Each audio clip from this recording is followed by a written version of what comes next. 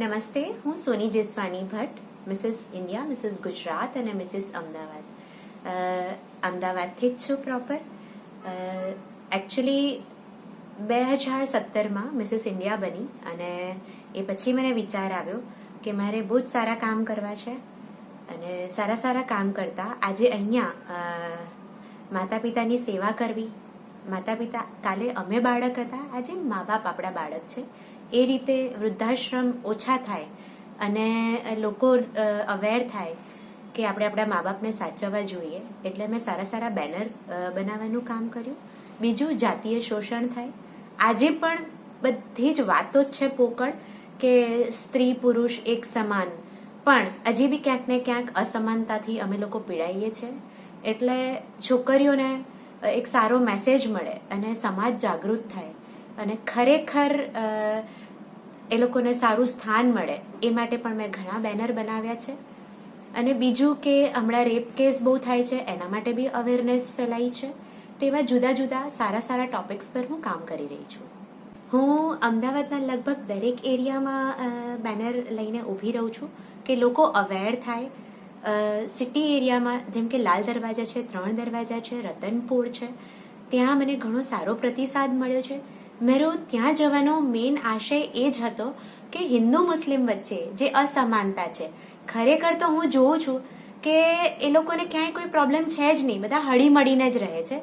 પણ છતાંય હજી બી ક્યાંક ને ક્યાંક જોવા મળતો ભેદભાવ મારે સર્વધર્મ સંભાવ રીતે લઈ જવો છે. અને એટલે એનાથી એટલો જોરદાર રિસ્પોન્સ મળે છે. મારા મુસ્લિમ જે બધા ફ્રેન્ડ્સ છે, મારા મુસ્લિમ જે ફોલોવર્સ છે, એ લોકો તો મને એટલું બધું અપ્રિશિએટ કરે છે કે દીદી તમારા જેવું કામ કોઈ જ ના કરે. ત્યાં જે વૃદ્ધો ફરે છે, ત્યાં જે અસહાય લોકો ફરે છે, એ લોકોને બી હું ઘણું મારાથી બનતા સારા કામ, જેમ કે ખવડાવવું, કંઈક સારી વસ્તુ ગિફ્ટ કરવી, એ કરીને પણ હું સેટિસ્ફેક્શન માનું છું. અને આવા કામ કરવાથી મને એટલું બધું સેટિસ્ફેક્શન થાય છે અને સમાજને એક સારો મેસેજ મળે છે. મારા મેઇન ટોપિક્સ છે જેની પર હું અત્યારે કામ કરી રહી છું, એ છે આપણા મા બાપને સાચવવાનું, આપણા જે ઘરડાઓ છે, જે વડવાઓ છે, એ લોકોને સાચવવાનું. લોકોએ ભગવાનને ક્યારેય નથી જોયા, પણ મા બાપ જ આપણા ભગવાન છે, એટલે એ લોકોને સાચવવા એ આપણી મેઇન જવાબદારી છે. બીજું કે જે હિન્દુ મુસ્લિમની સદભાવના છે, જે હિન્દુ મુસ્લિમ સમાનતા છે, એ આગળ વધે અને આપણે હળીમળીને રહીએ અને કંઈક સારા દેશ માટે કામ કરીએ, એ વિચાર સાથે હું બેનર બનાવું છું. અને બીજું કે દીકરીઓને કેવી રીતે સશક્ત કરવી, નારીઓને કેવી રીતે સમાનતા લાવી, એની પર પણ હું બહુ જોરદાર કામ કરી રહી છું. અને હા, મારું આ બધું કામ કરવું એટલા માટે મહત્વ મને કહેવાનું પસંદ કરીશ કે આનાથી મારે જે ચાઇલ્ડ એજ્યુકેશન છે આખા ઇન્ડિયામાં ફ્રી લાવવાનો મારો વિચાર છે. કોરોના દરમિયાન મારું ઇન્સ્ટાગ્રામ, મારું વોટ્સએપ, મારું ફેસબુક બધું જ હેક થઈ ગયું હતું.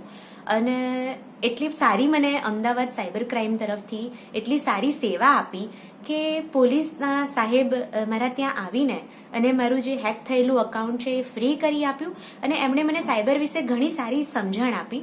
એના થ્રુ મેં લોકો સુધી અવેરનેસ પહોંચાડવાનું કામ કર્યું અને કેવી રીતે કેસ બને છે, કેવી રીતે બહાર આવવું, એ થ્રુ મેં ઘણી બધી લેડીઝને સારો લેક્ચર આપવાનું ચાલુ કર્યું અને ઘણી બધી જગ્યાએ હું સાયબર અવેરનેસના કામ કરતી થઈ.